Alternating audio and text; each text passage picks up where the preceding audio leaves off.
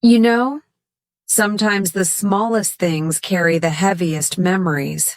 For me, it was a tiny baby blanket, mint green, soft as a cloud, that changed everything I thought I knew about my family. I still remember the day I saw it last. It was a chilly afternoon. The sky was gray, heavy with rain, and I was sipping my tea by the window. That's when I saw Samantha, my daughter-in-law, outside her house across the street. She was dragging a few big black trash bags toward the dumpster, moving fast, angry. But what caught my eye wasn't her expression. It was that familiar piece of green cloth sticking out of one of those bags. My heart skipped. That was Emma's baby blanket.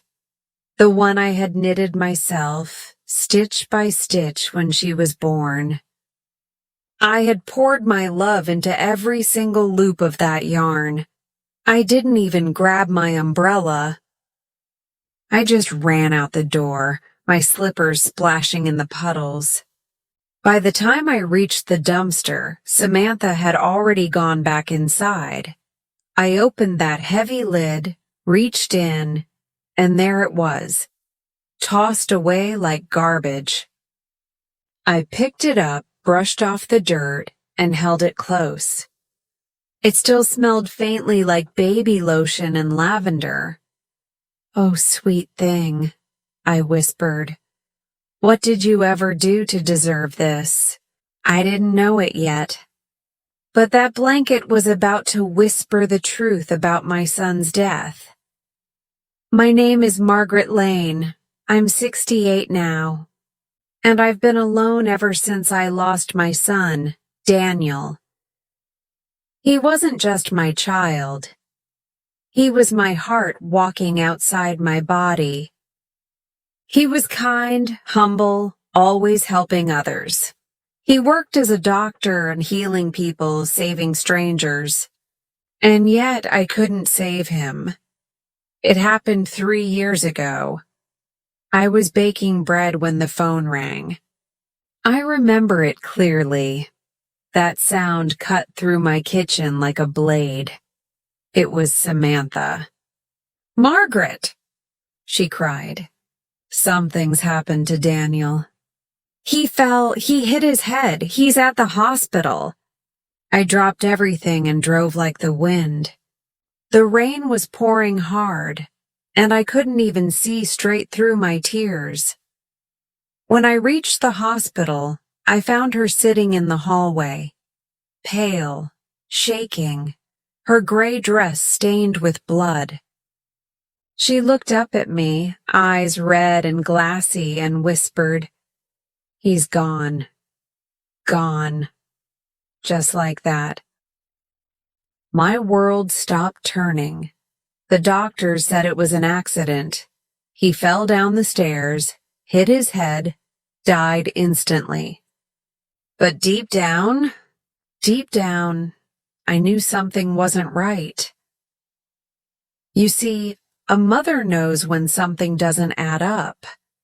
Samantha and Daniel had been married 2 years.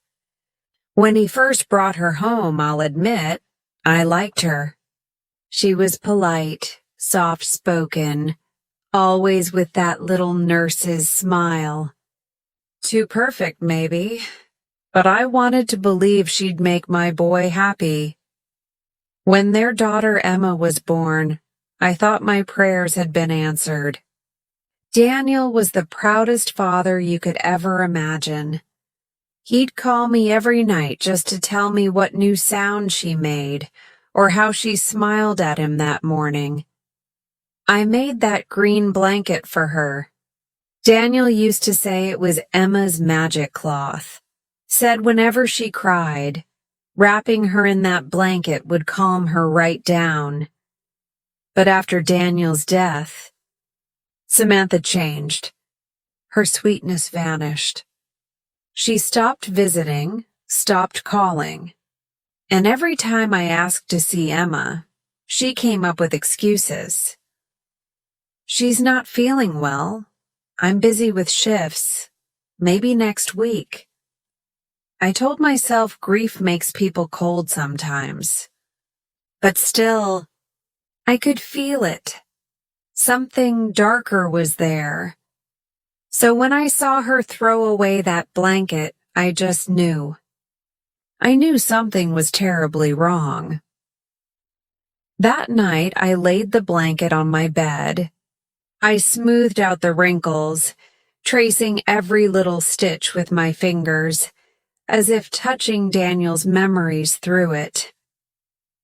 Then I felt something strange inside. A small, hard lump hidden under the soft layers. I pressed it again. Definitely something there. My hands shook as I fetched my old sewing scissors. "Come on, Margaret," I whispered. "Let's see what you're hiding." I carefully cut through the stitches. And there it was, a small black phone. Old, dusty, turned off. My heart was pounding like a drum. Why on earth would Samantha sew a phone inside a baby blanket? I found an old charger, plugged it in, and waited. When it lit up, there was no password. It just opened. The first thing I saw were photos. Hundreds of them. Samantha, smiling in restaurants, at beaches, and hotel rooms. But she wasn't alone. There was a man, holding her close, kissing her cheek. The dates on the pictures? A year before Daniel died, she had been cheating on him. I scrolled through messages next, my hands trembling. I can't keep living this lie. Daniel will never let me go. There has to be another way. I need him to disappear. Disappear. That word burned through me like fire. A week after that message, Daniel fell down the stairs. I dropped the phone, covered my mouth, and sobbed until the sun came up. That night, I stopped being just a grieving mother.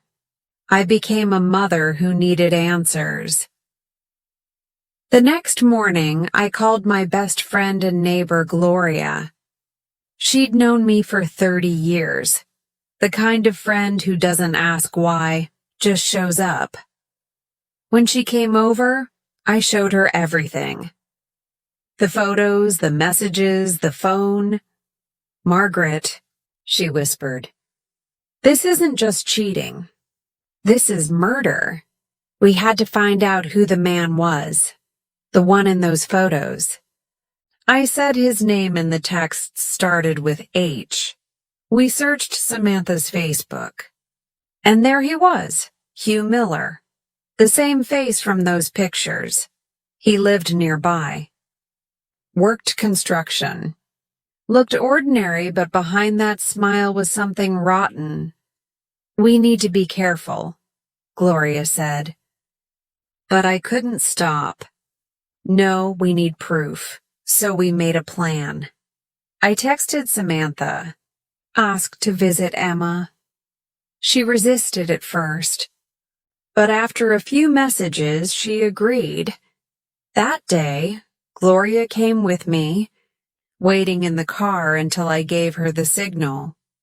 When I got inside, Samantha greeted me politely, pretending everything was fine.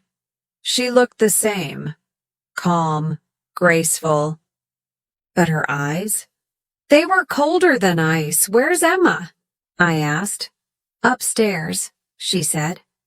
"I'll get her." As she climbed those stairs, the same ones Daniel had fallen from, my stomach turned. When she returned, little Emma ran into my arms. "Grandma!" she squealed. Her tiny hands on my cheeks felt like sunshine after years of rain. I smiled, hiding the storm in my heart. While Samantha fussed in the kitchen, I quickly texted Gloria. Now, moments later, the doorbell rang. Samantha frowned. It was Gloria, smiling kindly. "Hello, dear. I came with Margaret, but I needed to use the restroom. May I?" Samantha hesitated, then nodded. "Down the hall, first door left." Gloria disappeared quietly. I kept Samantha talking. Asked about her job, Emma, Daniel's old things, anything to keep her there. A few minutes later, Gloria returned, calm and smiling. We left soon after. Once we got in the car, I turned to her. "Did you find anything?" Gloria opened her purse and pulled out a manila envelope. Inside were life insurance papers, $500,000. Collected by Samantha 3 months after Daniel's death, and a $200,000 transfer to Hugh Miller. I covered my mouth. She paid him. She paid him to kill my son. But that wasn't the worst part. Gloria handed me one last paper, Emma's birth certificate. The mother's name wasn't Samantha. It said Lydia Torres. We went straight home and searched Lydia's name online, and there it was, a missing person article from 4 years ago. Young mother missing, last seen leaving a local hospital with her newborn baby. She never came home. The photo made my heart ache. She was beautiful, young with kind brown eyes. And her baby? A girl named Emma. Gloria whispered, "Margaret, that's our Emma." A chill ran through me. A few clicks later, we found another article, recent. Remains identified as missing woman Lydia Torres. Cause of death, head trauma. The same as Daniel. I started to shake. Samantha took her baby and killed her. We went to the police the next morning. Detective Jack Roberts listened to every word, patient, kind. He reopened Daniel's case. He said, "You might have just saved that little girl's life." Days later, he called me again. "Mrs. Lane, Daniel didn't fall. He was pushed." That night, I cried harder than ever, not from sadness, but from relief. The truth had finally spoken. They arrested Hugh Miller. He confessed to the affair to helping Samantha cover her lies, but denied killing Daniel. He said she planned everything. Then, before the police could arrest her, Samantha tried to flee the country with Emma. They caught her at the airport.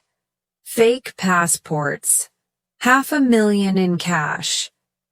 When I saw her later in that cold interrogation room, she looked nothing like the woman I once welcomed into my family. Detective Roberts showed me the tape. The officer asked, "Why'd you do it, Samantha?" She smirked. "That old woman, Margaret, ruined everything." He said quietly, "No, she saved her granddaughter." When they searched Samantha's house, they found a hidden safe. Inside were files, hard drives, even videos, trophies of her crimes. In one, she looked straight at the camera and said, "If I'm caught, it's because someone got lucky. I took what I deserved." It sent chills down my spine. The trial came 2 months later. I sat in the front row, holding Gloria's hand. Samantha was found guilty on all counts: premeditated murder, fraud, and abduction. Life in prison. No parole. When the judge said guilty, I felt Daniel beside me. Somewhere, I knew he was finally at peace. After the trial, Detective Roberts brought Emma to me. She ran into my arms and whispered, "Grandma, are we going home now?" I hugged her tight.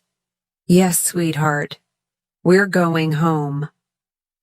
That night, I tucked her into her new bed. Yellow blankets, soft pillows, a room full of light. She looked up at the ceiling and said, "Daddy's watching us, Grandma." I smiled through my tears. "Yes, my love, he's watching, and he's proud of you." Soft piano fades back in. You know, sometimes life tears us apart just to sew us back together, with stronger threads than before. Evil can wear a smile, but truth always finds its way. And love? Love never dies. It just changes form. I look at Emma now, and I see Daniel's eyes, his kindness, his light. And I whisper to the heavens, "We did it, my boy. We found the truth." Music swells and fades out. Moral: the truth might sleep for a while, but it never dies. And sometimes it's a grandmother's love that wakes it up.